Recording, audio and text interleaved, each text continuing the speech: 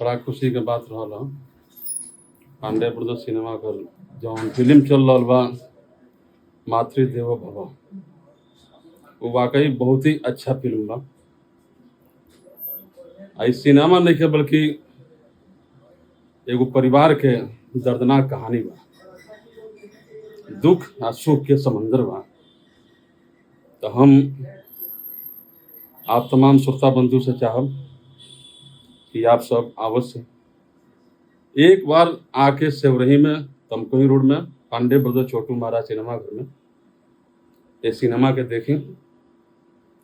काहे से कहानी इतना दर्दनाक बा, इतना बढ़िया बा कि आप सब देख के जाए तो निश्चित रूप से आप दूसरा के भी परिवार के भेजब इस सिनेमा देखे बदे। बस यही बात के साथ साथ हम अपन बात संपन्न करते हैं। मातृदेवो भव।